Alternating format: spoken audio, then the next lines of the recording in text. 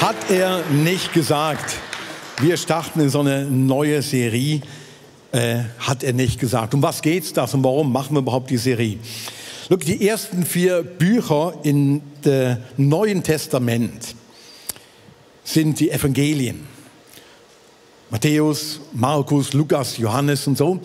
Und in den Evangelien wird sehr viel über das Leben von Jesu erzählt.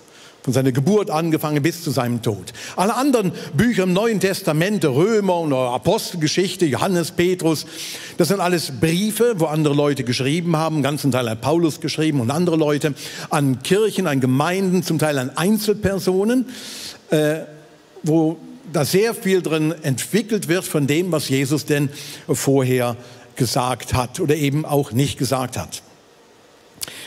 Aber nur in den Evangelien kommt Jesus selbst mal zu Wort. Da finden wir wirklich Worte, wo Jesus denn tatsächlich mal gesprochen hat. Ich habe vor zig Jahren, das war im englischsprachigen Amerika, da habe ich diese Bibeln entdeckt, die ist Red Letter Bibeln. Und in den Evangelien sind alle die Worte, die Jesus denn gesprochen hat, die sind ja so rot markiert. Alles, was Jesus gesagt hat, ist hier rot und alles, was dann dazwischen ist, Geschichte, das sind dann so die schwarzen Textpassagen. Alles andere ist red, rot markiert, das sind die Worte von Jesu. Hat mich damals mega irritiert, warum das denn jetzt auf einmal rot sein soll und alles andere schwarz. Aber wenn man sich mal Zeit nimmt, Evangelien so zu lesen, so mit rot markierten Texten, man wirklich so sehen kann, das hat Jesus gesagt. Und das auch. Und wenn man das so mal so auf sich wirken lässt, diese rot markierten Stellen, dann hat das einen ganz interessanten Side-Effekt. Weil das, was er gesagt hat, sticht raus. Aber dann entdeckst du auf einmal, was er auch nicht gesagt hat. Sich durchaus aber sehr christlich anhört. Oder sehr gut anhört, sehr fromm anhört, in der Kirche gesagt wird, manchmal auch gesungen wird, aber jetzt nie gesagt. Aber es hört sich wirklich gut und christlich an. Und es ist hilfreich zu überlegen, darüber nachzudenken, was hat Jesus auch nicht gesagt. Er hat zu ganz vielen Themen nichts gesagt, weil das damals kein Thema war. Das ist ein anderes Thema. Aber viele Dinge, wo wir vielleicht so verinnerlicht haben oder auch verchristlicht haben, verkirchlicht haben, hat Jesus das wirklich gesagt. Und wir wollen in den nächsten Wochen ein paar populäre Aussagen mal anschauen, die so in der christlichen Szene, in vielen Kirchen gang und gäbe sind, aber Jesus scheinbar nie gesagt hat. Und heute geht es wirklich darum, wird es wirklich keine schlechten Tage geben für die vielen guten Menschen. Und heute, hier sitzen alles gute Leute, du bist daheim am Livestream oder wenn du den Podcast anschaust, denkst du auch, ich bin ein guter Mensch und jawohl, wird es keine schlechten Tage geben. Ich habe in den letzten 10 bis 20 Jahren etliche Menschen getroffen, die mir im Gespräch gesagt haben, Ralf, ich war aktives Mitglied in einer Kirche. Manchmal in der Kirche, wo ich Pfarrer oder Pastor war, manchmal in einer anderen Kirche. Ich war aktiv dabei, ganz viele Jahre. Ich bin treu in eine Small Group gegangen, ich bin im Gottesdienst gewesen, ich habe mitgearbeitet, ich habe sogar gespendet. Regelmäßig. Ja, also nicht nur einmal, nicht so eine Betroffenheitsspende gemacht. Nein, ich habe wirklich regelmäßig mitgespendet, ich habe mitgebetet. Also ich kann nicht behaupten, ich war irgendwo nur so Larifari dabei. Ich war voll und ganz mit dabei. Aber im Ernst, am Ende vom Tag hat es trotzdem nicht geklappt. Und das waren ernste Gespräche, die mir sehr nachgegangen sind. Bis heute noch nachgehen. Wo Leute gesagt haben, hey, look, ich habe gebetet. Ich habe mitgemacht, ich habe alles gemacht. Aber weißt du was, am Ende vom Tag, meine Ehe ist trotzdem auseinandergegangen. Ich bin trotzdem krank geworden. Ich habe trotzdem unter welchen Arbeitsumständen war arbeitsunfähig geworden, sie eine Arbeit verloren. Ich habe durchaus viele Dinge erlebt, wo ich dagegen gebetet habe und wo ich gehofft habe, dass mir das doch wirklich nicht passiert. Finanzielle Engpässe und all dann wurden Geschichten erzählt, die immer deutlich machten, die Unwirksamkeit vom Glauben an Jesus Christus. Tut sich im Lebensalltag in keinster Weise irgendwo zeigen, dass da was anders wird. Ich habe genauso viele schlechte Dinge erlebt wie alle anderen Menschen auch. Und irgendwann haben sie dann den Glauben an diesen Jesus Christus wie an den Nagel gehangen und sagt, das funktioniert nicht. Das klappt bei mir einfach nicht. Da kann ich noch so viel spenden und beten und mitarbeiten. Es wird einfach nicht besser in meinem Leben, bitte. Man hat so abgehakt. Und die einzelnen Storys, Leute, wirklich im Ernst, die haben mich sehr getroffen. Das waren traurige Geschichten. Es ist traurig, mit Menschen zu stehen, wo einem erzählen, look, ich bete und bete und bete und doch tut sich nichts verändern. Ich bete und bete und bete und faste und faste und faste und gebe und gebe und gebe und mache und tue. Und trotzdem ist mein Leben irgendwo noch, es ist keine Überholspur, es ist eher Standspur. Pannenstreifen. Das habe ich einmal gebucht in meinem Leben. Und das ist traurig zu hören, das tut durchaus weh. Und tatsächlich nicht alle Gebete werden erhört. In all den Gesprächen, wenn ich so zurückreflektiere, ist mir immer so auch mit der Eindruck übrig geblieben, Glaube an Jesus, Glaube an diese heilige Schrift, an die Bibel, Nachfolge von diesem Jesus Christus, ist häufig als so eine Art, wie soll man es ausdrücken, Schutzimpfung verstanden worden. Look, irgendwann bin ich mal geimpft worden, das ist ein heikles Thema, aber ich spreche es jetzt mal an. Irgendwann bin ich mal geimpft worden mit dem christlichen Glauben, so eine ganze Dosis Heiliger Geist in mich hineingekommen. Und das bewahrt mich jetzt wirklich vor üblen Leben. Das bewahrt meine Ehe vor Mühsal, das bewahrt mein Konto vor Minusständen und das bewahrt mich davor, dass ich bei der Arbeit nach unten katapultiert werde. Schließlich bin ich geimpft mit Glauben. Und der wöchentliche Gottesdienst oder Small Group ist dann quasi wie eine Auffrischungsimpfung zu verstehen. Da kommt wieder eine neue Dosis rein, mit Motivation und Glauben. Und am Ende vom Tag muss das doch irgendwo verheben, es muss doch irgendwo mich schützen vor was. Das hört sich vielleicht mit eigenartig an, wenn Menschen das so vielleicht für sich so denken. Kaum einer wird sagen, ich bin so schutzgeimpft mit dem Heiligen Geist und deswegen passiert mir nichts Schlimmes. Aber wenn man dann nachfragt ja, wie verstehst du den Glaube? Was heißt das denn in dieser Nachfolge? Woher leitest du das denn ab aus der Bibel? Dann kommen interessante Beispiele manchmal hervor, die nicht wirklich so ausgesprochen werden, aber wo so nachklingen. Da heißt es denn, jeder, der den Willen meines Vaters tut, der wird hier auf der Erde schon finanziell gesegnet werden. Das wird niemand sagen, aber so ein bisschen hofft man denn schon, wenn man spendet, dass man nicht zu kurz kommt. Oder wenn du dein Leben hingibst, um meinetwillen, wirst du das Idealgewicht halten. Du gibst ja was hin. Ist ja was weg. Trachte zuerst nach dem Reich Gottes und alles, was du dir wünschst, wird dann auch hinzugefügt werden. Hat er nicht gesagt. Hört sich aber doch ziemlich nicht so schlecht an, fühlt sich gut an. Nein, hat Jesus wirklich nicht gesagt. Er hat nicht gesagt, dass wir keine schlechten Tage sehen werden. Er hat auch nicht gesagt, dass es uns gesundheitlich immer gut gehen wird oder finanziell es immer gut herauskommt. Er hat auch nicht gesagt, dass alle unsere Gebete nicht erhört werden oder erhört werden. Ich sage mal, dem Himmel sei Dank, dass nicht alle Gebete erhört werden. Dem Himmel sei Dank. Ich wüsste nicht, wo ich heute wäre, mit wem ich verheiratet wäre. Dem Himmel sei Dank, dass Gott nicht alles erhört hat. Ja, denkt mal drüber nach. Was hat er denn gesagt? Johannes Evangelium 16. Ich habe euch das alles gesagt, damit ihr in mir Frieden habt. In der Welt werdet ihr hart bedrängt, doch ihr braucht euch nicht zu fürchten. Ich habe die Welt besiegt. Herzlich willkommen in unserer Celebration. Das ist doch gute Motivation für die nächste Woche. In der Welt werdet ihr bedrängt. Morgen ist Montag. Viel Spaß. Ich wünsche euch eine gute Woche.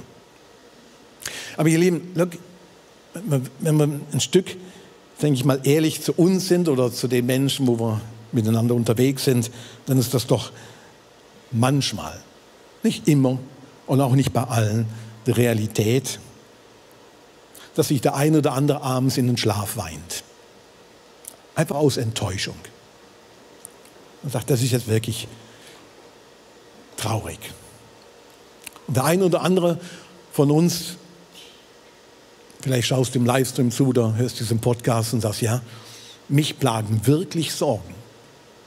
Ich trage wirklich an was herum, wo ich zu schwer empfinde in meinem Leben. Und Jesus ist, finde ich, erschreckend realistisch, wenn er dann ein paar Verse später sogar noch einen draufsetzt und sagt, look, in der Welt werdet ihr sogar Angst haben. In der Welt werdet ihr sogar Angst haben. Und vielleicht befindest du dich wirklich jetzt gerade hier vor Ort oder auf dem Podcast wirklich in so einer Situation, wo du sagst, ja, es läuft wirklich nicht alles rund, es sind schwierige, anstrengende Zeiten, vielleicht war es noch nie so schwer wie gerade jetzt. Vielleicht mit den Kindern oder mit dem Partner oder Partnerin, mit der Arbeitsstelle. Vielleicht empfindest du wirklich, du musst mehr tragen, als du überhaupt fähig bist, wo du fühlst, das geht nicht mehr. Ich kann nicht noch mehr tragen.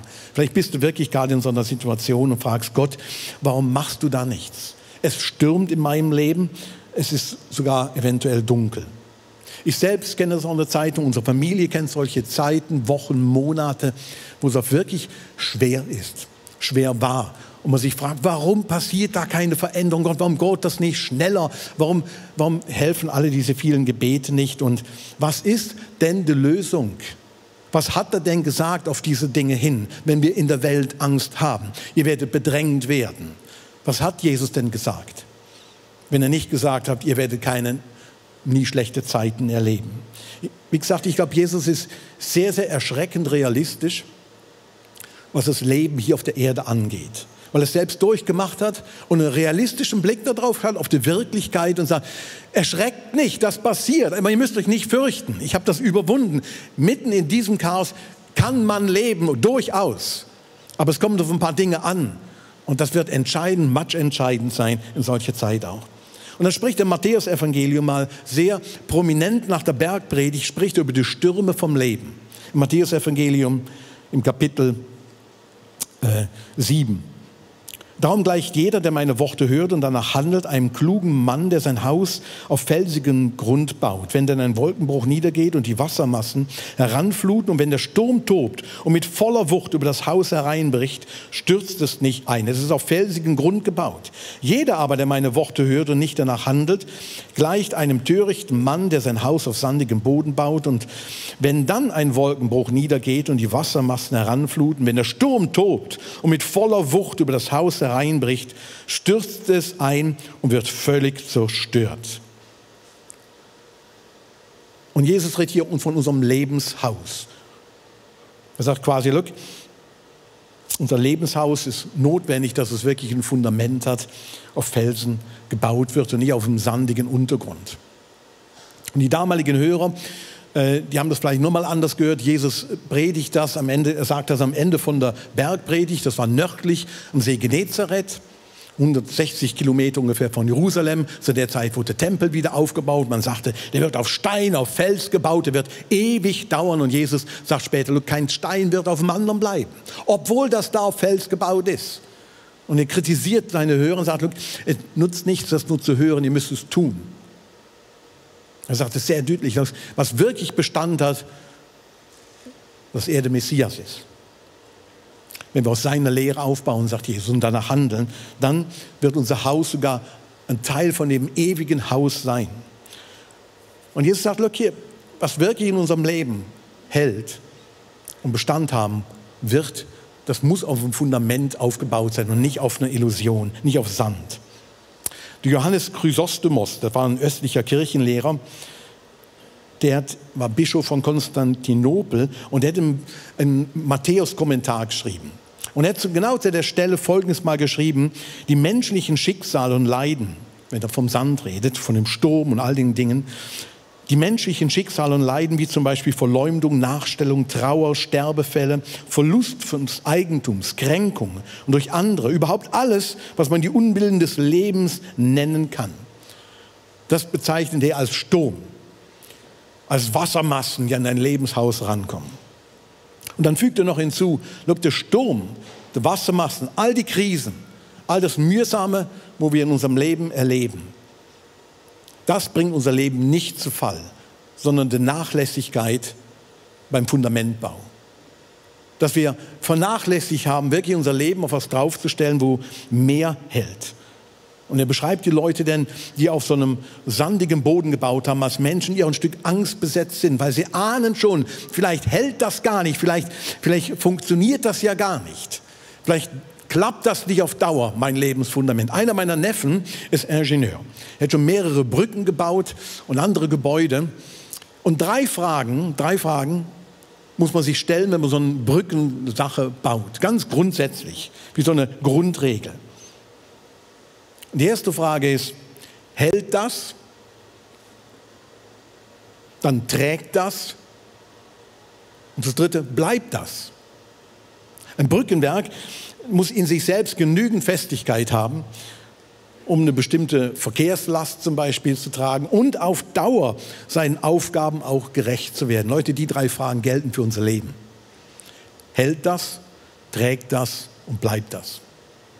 Ich habe das mehrmals schon an der Hochzeit auch erwähnt. Ich finde, das sollte man auch vor Eheschließungen sich genau überlegen, ob das hält, ob das trägt und ob das bleibt. Das macht durchaus Sinn, ehrlich, sich frühzeitig darüber Gedanken zu machen und sich den Fragen auch immer wieder zu stellen. Trägt das wirklich? Hält das aus? Es lohnt sich, einen Blick darauf zu werfen und auch auf das, was Jesus da als Sand bezeichnet. Als ein Fundament, wo eben nicht wirklich trägt, hält und bleibt.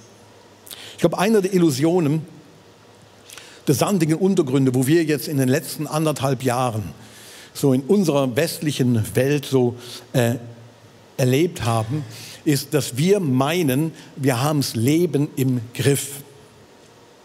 Wir haben es im Griff. Wenn wir das richtig anpacken hier, vernünftig managen, dann haben wir das Leben wirklich dauerhaft in Griff. Uns werden größere Schwierigkeiten nicht unbedingt treffen. Und wenn, dann werden wir es wirklich gut irgendwie umschiffen und können damit umgehen. Und ich glaube, das ist wirklich ein Trugschluss, wo wir drin sind und wo Jesus nie gesagt hat, dass das wirklich hält und trägt und bleibt in deinem Leben. Und für mich sind so 3 große Themen, wo ich glaube wirklich, das ist sandiger Grund. Der bleibt nicht, der trägt nicht und der hält nicht. Und Jesus hat nie gesagt, dass das irgendwo gut ist für unser Leben. Aber wir alle sind damit groß geworden, wir alle haben das erleben, wie mit der Muttermilch quasi eingesogen, dass unsere Lebenshäuser in unserer Gesellschaft auf diese Punkte aufgebaut ist. Das eine ist Komfort. Komfort. Ich bin heute Morgen aufgestanden, war noch dunkel und ins Badezimmer gegangen und habe den Wasserhahn angemacht und es kam warmes Wasser raus. Ich habe keine Sekunde daran gezweifelt, dass das funktioniert.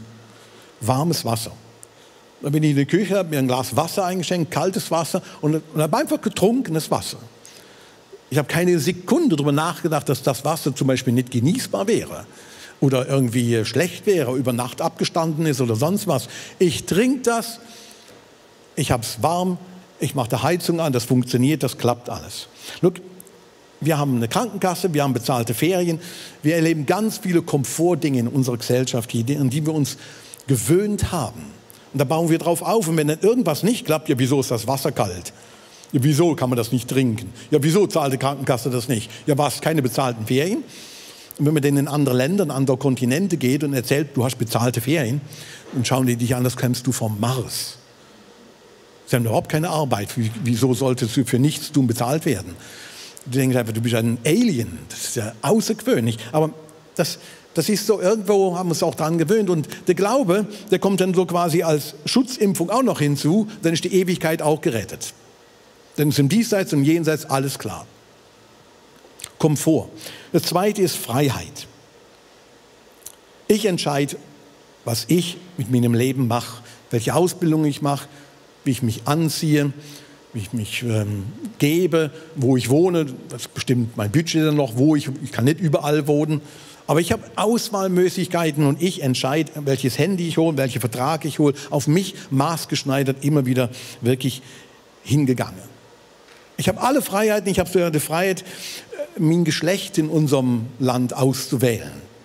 Das ist rechtlich möglich. Ich darf das. Wir haben alle Freiheiten, uns zu modifizieren. Ich habe vor ein paar Tagen ein ganz interessantes Interview gelesen, war in Spiegel Online, mit 2 Schönheitschirurgen aus Deutschland, die 2 Kliniken in Berlin und Köln betreiben. und über die Entwicklung, die sie in den letzten 10, 15 Jahren so entdecken. Und eine Aussage war, immer mehr junge Menschen lassen sich etwas an sich modifizieren, verbessern, verschönern in ihren Augen.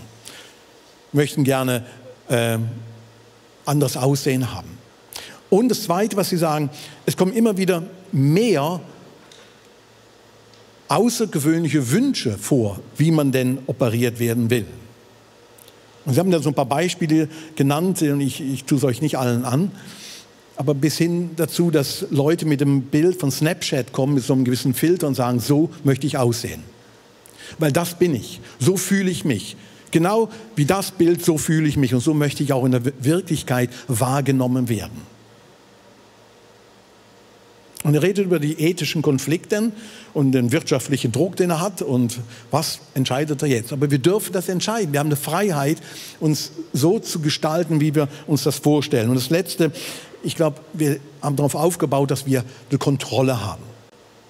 Kontrolle, dass letztlich in unserem Leben wir den Überblick haben und wenn wir irgendwelche Dinge schief gehen, wir hundertprozentig auch wissen, da gibt es eine Versicherung, die das abdeckt. Wir haben das Leben im Griff. Ist das tragfähig? Bleibt das und hält das wirklich in unserem Leben? Ende 2019 stand in vielen Medien in Europa, hieß es denn extrem unwahrscheinlich, Dezember 2019, dass wir in Westeuropa und Amerika jemals sowas erleben werden, wie China gerade erlebt hat. Extrem unwahrscheinlich, extrem unwahrscheinlich. Eine extreme Unwahrscheinlichkeit, denn Nassim Taleb hat das mal im Buch geschrieben über das Phänomen vom schwarzen Schwan. Und die Idee dahinter ist, dass alle Schwäne, so dachte man bis ins 17. Jahrhundert hinein, alle Schwäne sind weiß. Es gab keine schwarzen Schwäne. Und diese extreme Unwahrscheinlichkeit beschreibt dieser Nassim Taleb als ein Ausreißer. Wenn es denn wirklich einen schwarzen Schwan geben würde, dann wäre das ein Ausreißer außerhalb des Bereichs der regulären Erwartungen, da nichts in der Vergangenheit überzeugend auf die Möglichkeit verweisen kann. Und dann entdeckt man Australien. Und da gibt es ganz viele schwarze Schwäne. Und denkt, ja, das wussten wir einfach nicht. Aber es ist extrem unwahrscheinlich, dass sowas wirklich stattfinden kann. Und das ist Sand. Freiheit, Komfort und der Gedanke, dass wir alles unter Kontrolle haben, das verhebt nicht auf Dauer. Und Jesus hat nie gesagt, dass das wirklich uns tragen wird in seiner Nachfolge hinein. Was hat er denn gesagt? Er hat gesagt, look, auf Fels musst du dein Lebenshaus ausbauen. Was meint er damit? Meint er wirklich damit, dass nie unser Komfort nur irgendwann mal irgendwie in Frage gestellt wird? Meint er damit, dass guten Menschen, und ich tue allen Leuten unterstellen heute, wir sind gute Menschen oder wollen jedenfalls gute Menschen sein, dass uns wirklich nie was Schlechtes, Unmögliches und Böses widerfahren kann, dass wir nie krank werden? Möchte Gott wirklich, dass mir schlecht geht? Kann doch nicht sein. Wie schon am Anfang erwähnt, ich habe in den letzten 10, 20 Jahren wirklich einige Leute in meinem Umfeld, die aber das geglaubt haben. Genau das geglaubt haben. Und irgendwann kam der Sturm. Und der Sturm war wieder Realitätscheck. Verhebt das wirklich? Trägt das? Bleibt denn da ein Glaube? Und dann kommen die großen Fragen vom Leben auf in so einer Situation. Man fragt sich, ist das Leben gut? Sind die Menschen gut? Oder kann ich dem Leben vertrauen? Nein, nein, nein. Das Leben ist nicht immer gut, die Menschen sind nicht immer gut und man kann auch dem Leben nicht immer vertrauen. Wirklich nicht. Im 1. Petrusbrief, das ist sehr interessant, der Petrus schreibt den 60 bis 65 nach Christus, schreibt er den Christen, damals in Rom, schreibt er 2 Briefe und schreibt ausführlich da drin in eine Situation hinein, wo Christen verfolgt worden sind. Und Christenverfolgung, ich habe das schon mal erwähnt, war eine brutale Angelegenheit, wirklich eine brutale Angelegenheit. Die wurden verbrannt, wurden öffentlich gemacht dort. Also fürchterliche Geschichten kann man über die Christenverfolgung der damaligen Zeit nachlesen. In die Situation schreibt Petrus denen Folgendes. 1. Petrus Kapitel 1. Darüber freut ihr euch von ganzem Herzen, auch wenn ihr jetzt noch für eine kurze Zeit auf manche Proben gestellt werdet und viel erleiden müsst. So wird sich euer Glaube bewähren, sich als wertvoller und beständiger erweisen als pures Gold, das im Feuer gereinigt wurde. Lob, Ruhm und Ehre werdet ihr dann an dem Tag empfangen, an dem Christus für alle sichtbar kommt. Freut euch. Er schreibt Menschen, die verfolgt werden. Er sagt, freut euch, euer Glaube wird mit auf die Probe gestellt, aber ihr habt ein Fundament, das verhebt. Und er sagt einfach noch, freut euch. Ich finde es fast eine Zumutung. Und er schreibt das freimütig, nein, freut euch. Auch wenn ihr viel erleiden müsst, wisst, euer Glaube wird bewährt. Und das kommt dann raus am Endeffekt, dass ihr ein gutes Fundament hattet. Das verhebt wirklich. Look, wie baut man auf Fels? Wie bauen wir unser Lebenshaus auf Fels? Ich glaube, zuallererst muss man sagen, auf Fels bauen ist relativ teuer. Fragt mal Architekten. Die meisten Architekten sagen, es ist viel besser auf Sand oder kiesigen Untergrund zu bauen. Du hast keine Sprengarbeiten, du musst dies und jenes nicht machen. Auf Fels bauen ist kann sehr kostenintensiv sein. Auf Sand machst du einfach Streifenfundament, Fundamentplatte, super, das passt, hebt. In der damaligen Zeit, wo Jesus dieses Gleichnis erzählt, hat es durchaus sehr viel Sinn gemacht. Die Leute kannten überhaupt keine Fundamente, nur ganz wenige. Und die meisten einfachen Häuser waren einfach auf den Boden draufgesetzt. Und sehr häufig passiert es dann, wenn wirklich Sturzbäche kamen, dass irgendeine Hausecke wegbrach und das ganze Haus dann wirklich zusammenfiel. Auf Fels bauen hatte Preis. Und gerade in unserer Erdbebenzone ist wichtig, wir müssen Fundamente gut bauen. Wie können wir auf Fels bauen? Indem wir uns das halten, was Jesus gesagt hat und nicht, was er nicht gesagt hat. Indem wir durch seine Augen die Wirklichkeit wirklich anschauen. Und wenn wir durch seine Augen schauen, glaube ich, dann können wir eine Sache festhalten. Gott ist ein guter Gott.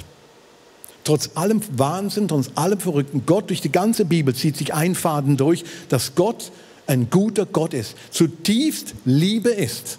Nicht Hass ist, nicht Rache ist, sondern zutiefst Liebe darstellt. Gott ist ein guter Gott. Und gleichzeitig sehen wir durch seine Augen hindurch, dass die Welt aber nicht okay ist. Die Welt ist nicht okay. Es gibt Kriegen, es gibt Seuchen, es gibt Betrug, üble Nachrede, wir haben Klimaprobleme. Gestern waren wir mit rund, ich schätze mal 40 Leuten, haben wir in Basel demonstriert, Walk for Freedom. Ein Walk, alle in einer Reihe, sind wir stumm, schweigend durch die Stadt gelaufen, haben die Plakate getragen gegen Menschenhandel, gegen Sklaverei. Und dann so ein Zeichen setzen wollen.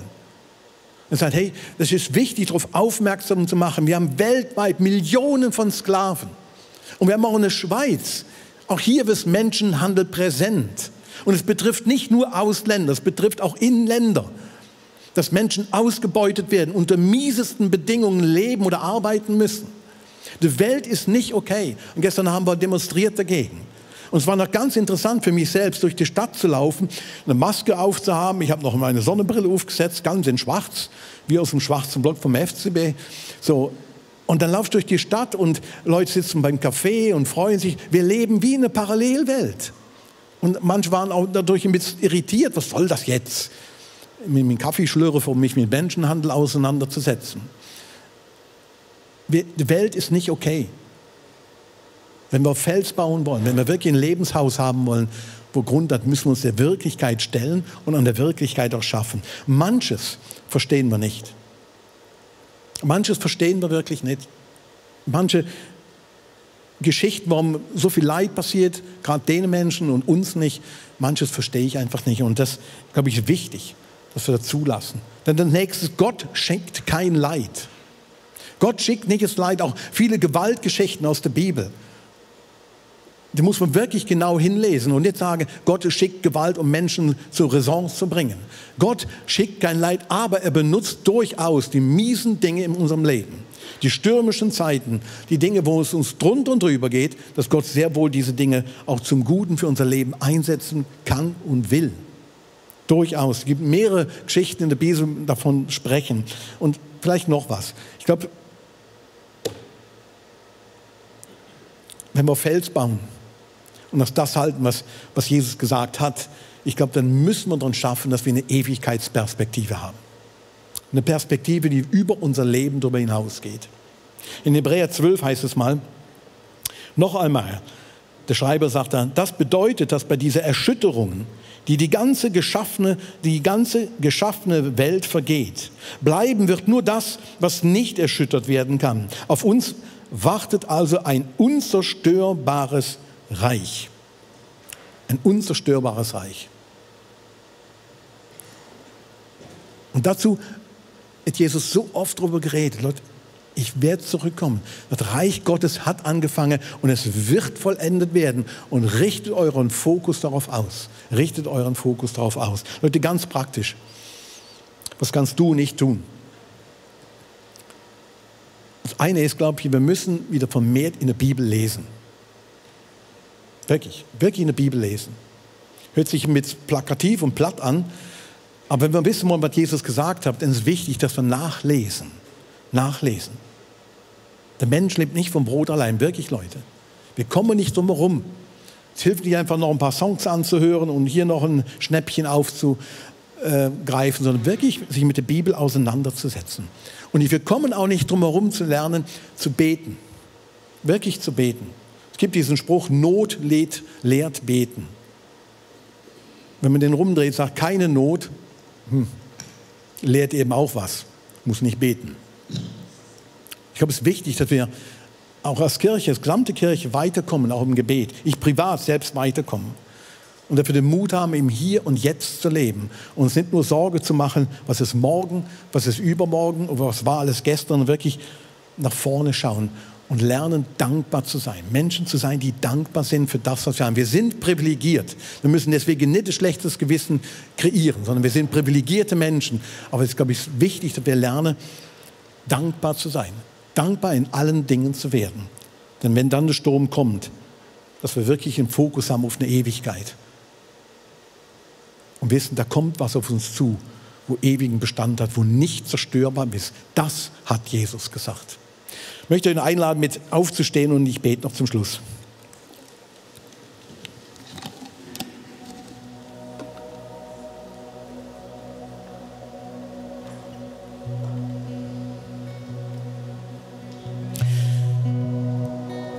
Jesus, wir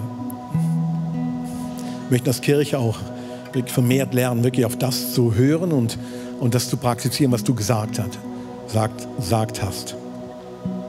Uns nicht einfach ein paar gute, fromme Ideen zusammenzureimen, sondern wirklich den Weg immer wieder anzutreten, Nachfolge zu praktizieren.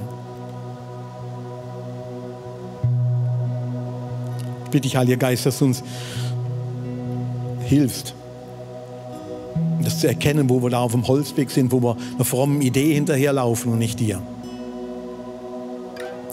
Und gib uns allen den Mut, wirklich auf Felsen zu bauen und den Sand auch zu identifizieren in unserem Leben.